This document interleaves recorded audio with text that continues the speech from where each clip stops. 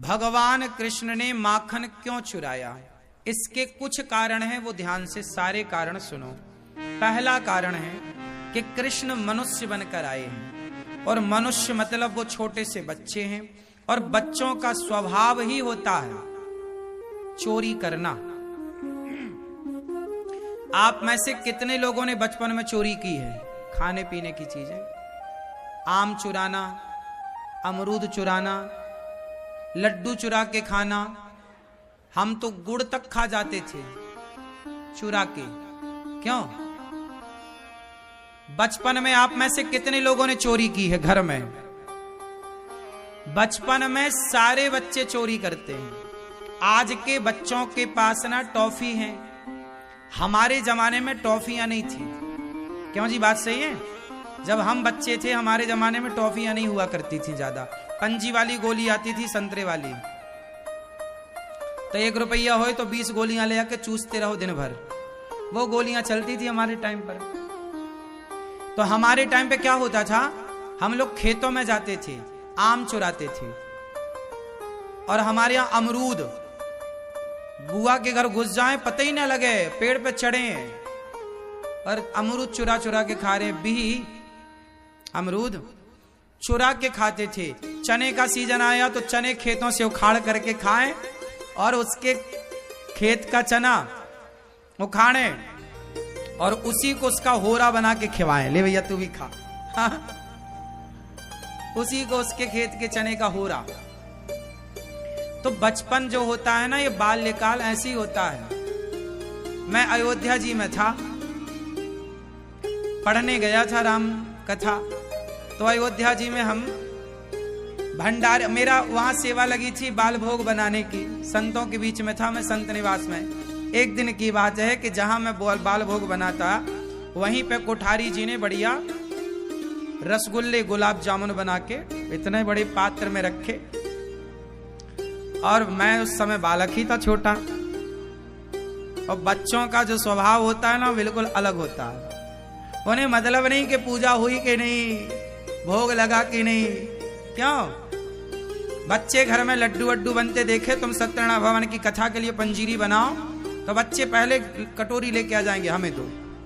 अरे मैया बोले कि पहले भोग लग जा, नहीं हमें पहले दो। उन्हें मतलब नहीं कि भोग क्या होता है। और बात ठीक भी है, बच्चे मतलब भगवान।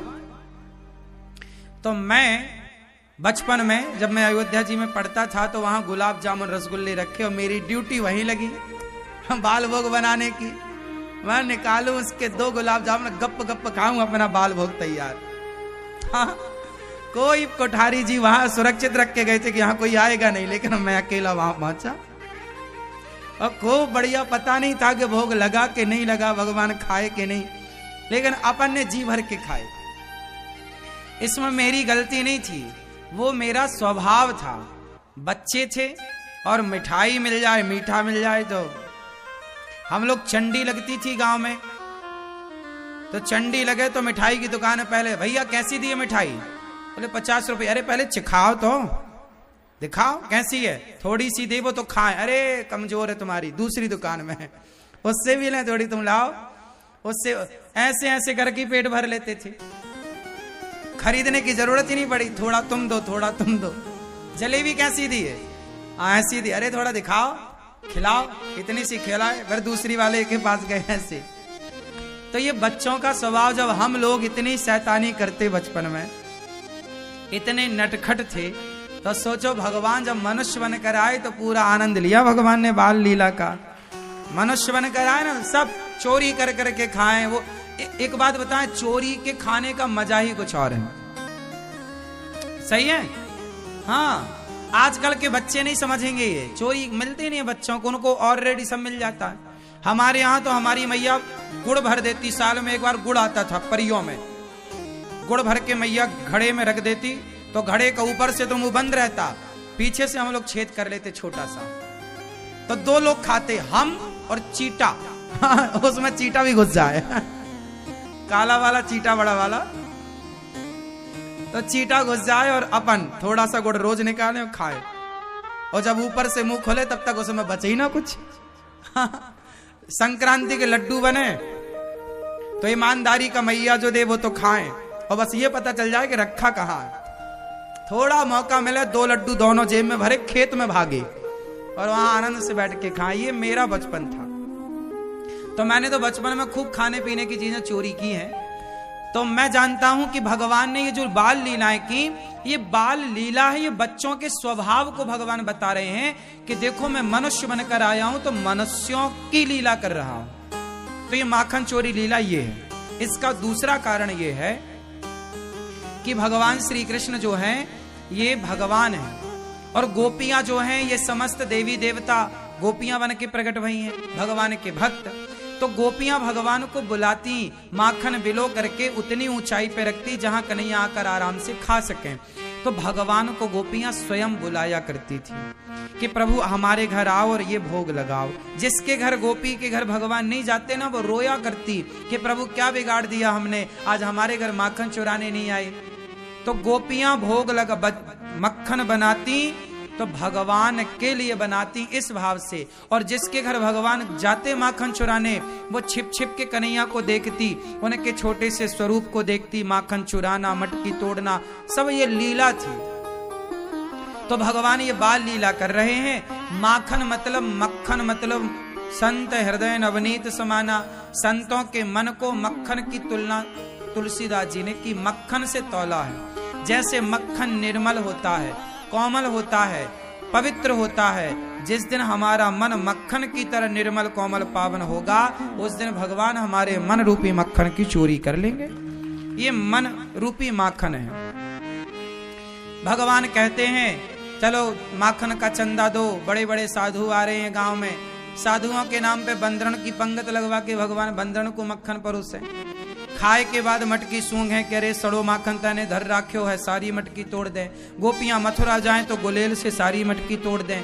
ये सारी जो लीलाएं हैं ये केवल आनंद को देने वाली लीलाएं। अब लोग नहीं जानते तो वो कहते लोग कन्हैया को तुम चोर बता रहे हो, माखन चोरी करना। ये सब भगवान का आनंद है, भक्तों को भी सुनने में।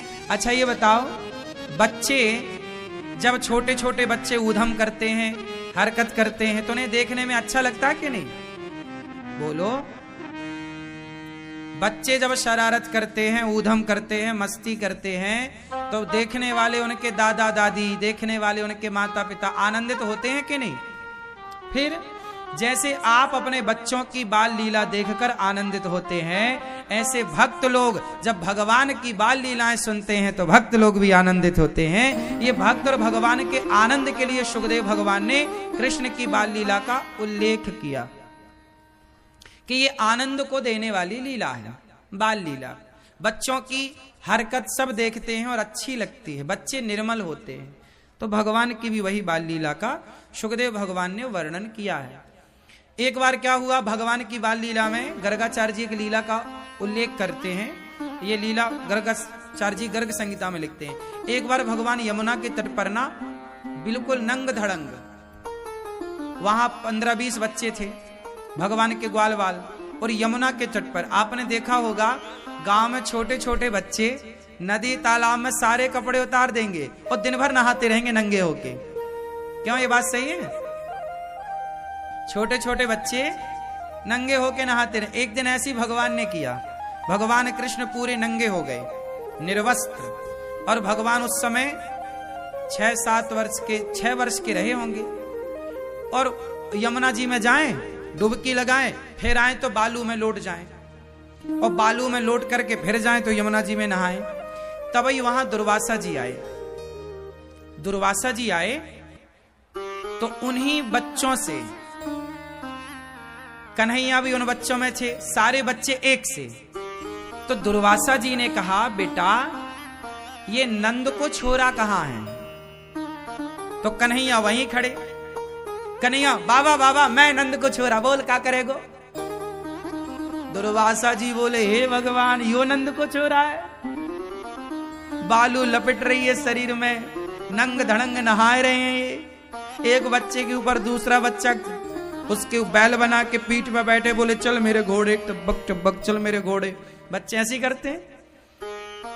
अब बाबा जी बोले हे भगवान मैंने तो सुना है कि जगत का पालनहार अवतार लेके आ रहा है, नंद के यहां जो कृष्ण है वो भगवान है।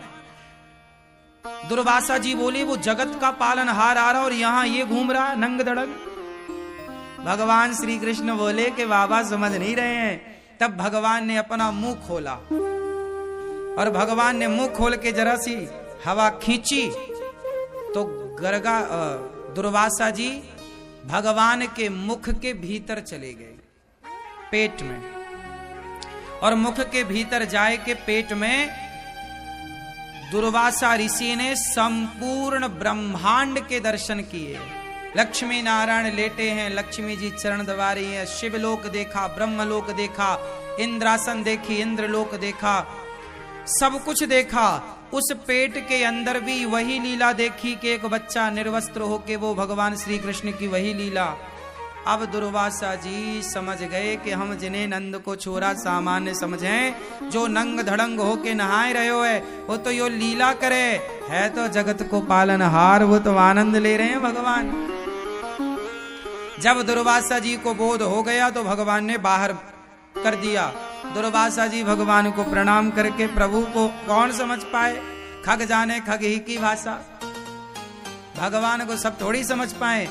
दुर्वासा जी प्रणाम करके चले गए। ऐसे भगवान, इतने सामर्थ्यवान, इतने बड़े भगवान लीलाएं ऐसी कर रहे हैं जैसे एक सामान्य बच्चा हो। क्योंकि लीला करने आए ना मनुष्य की, तो बिल्कुल ओरिजिनल लीला करते हैं भगवान।